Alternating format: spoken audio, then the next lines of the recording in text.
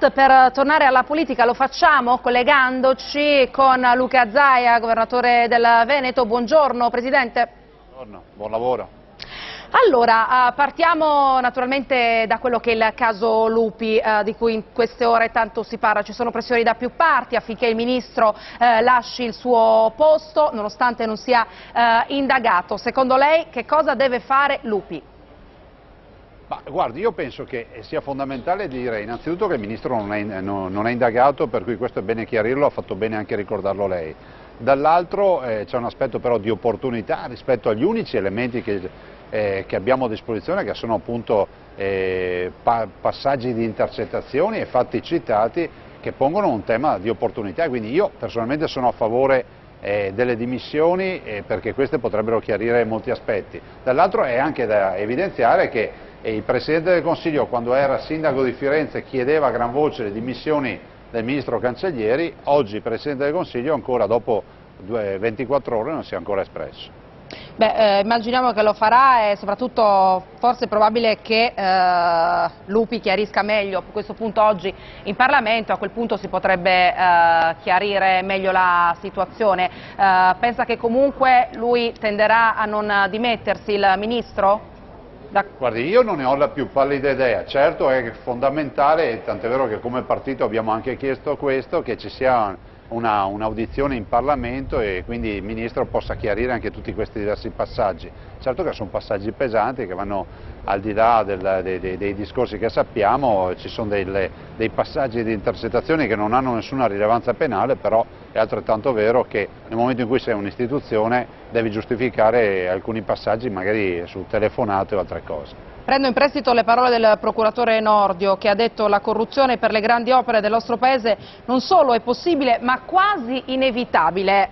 Sono parole che fanno riflettere e sono anche un po' tristi. Come la pensa? Soprattutto cosa bisogna fare anche a livello locale a questo punto per combattere la corruzione?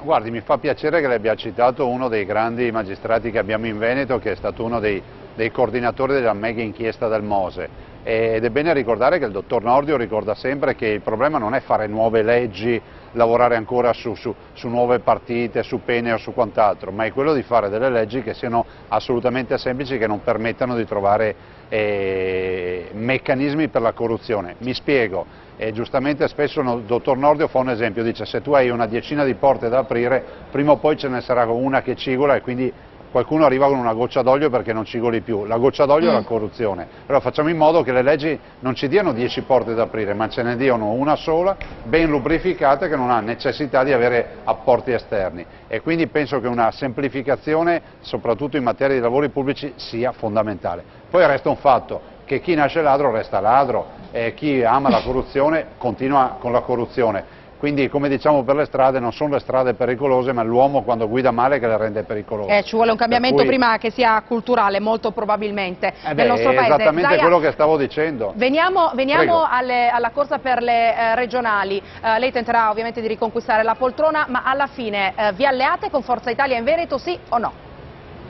Beh, guardi, io le posso dire che noi abbiamo governato bene con Forza Italia e con NCD. In questa fase ovviamente con NCD c'è questo impasse di un NCD che sceglie la partita di governo che non ci vede per coerenza al loro fianco. Dall'altro però con Forza Italia in queste ore stiamo dialogando in maniera positiva e non stiamo, glielo dico subito, anche perché io la vedo proprio in questa maniera, non stiamo dialogando di poltrone ma stiamo dialogando di progetti. Ho un'idea di progettualità, di programma per il Veneto che è innovativa. Mi voglio confrontare con i futuri alleati, con loro che vogliono condividere questa sfida, perché comunque l'amministrazione dei prossimi 5 anni dovrà essere ancora più incisiva, perché c'è stato un cambiamento epocale nel frattempo e le istituzioni debbono adeguarsi a questo. Zaia, in un flash, tra i due litiganti non è che poi c'è il rischio, che sareste lei e Tosi, non è che c'è il rischio che poi vinca la Moretti? Ma guardi, diciamo innanzitutto che c'è Tosi, c'è la Moretti, c'è Zaia, c'è Berti di 5 Stelle e ce ne saranno altri. Però non cito i sondaggi perché sarebbe troppo facile dire che i sondaggi ci danno vincenti. Dico semplicemente che cito il calore dei Veneti, vi do appuntamento il 1° giugno e vedrete chi ha vinto. Vedremo, grazie a Buongiorno, Luca Zaia. buon lavoro. Arrivederci.